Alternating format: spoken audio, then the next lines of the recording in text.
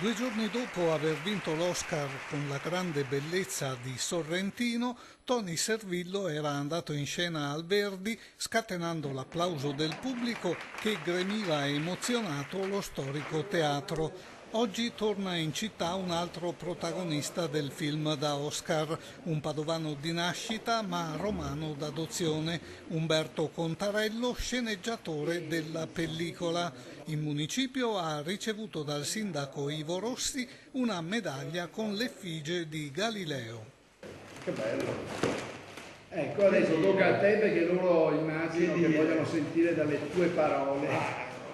In precedenza Contarello aveva incontrato gli studenti del Tito Livio, ai quali ha confessato che l'Oscar ha rappresentato una grande emozione e una gioia immensa.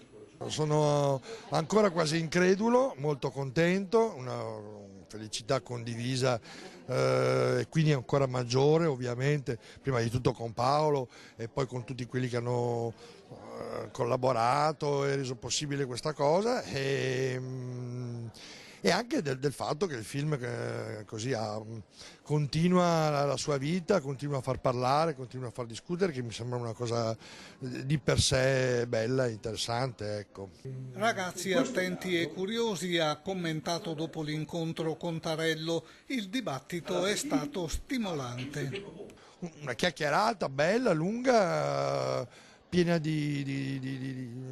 piena di belle idee, insomma i ragazzi, a differenza magari di quello che si dice, hanno sempre una gran voglia, hanno anche adesso una grandissima voglia e una grandissima curiosità, insomma, di fare le cose, di pensarle, di immaginarle, di vederle. Un film dunque che somiglia ad un'opera letteraria, che non ha una vera e propria trama, ma che del testo letterario ha la libertà e la tessitura. Contarello conclude sorridendo: ho vissuto una straordinaria avventura, dice, ma sono stato anche fortunato.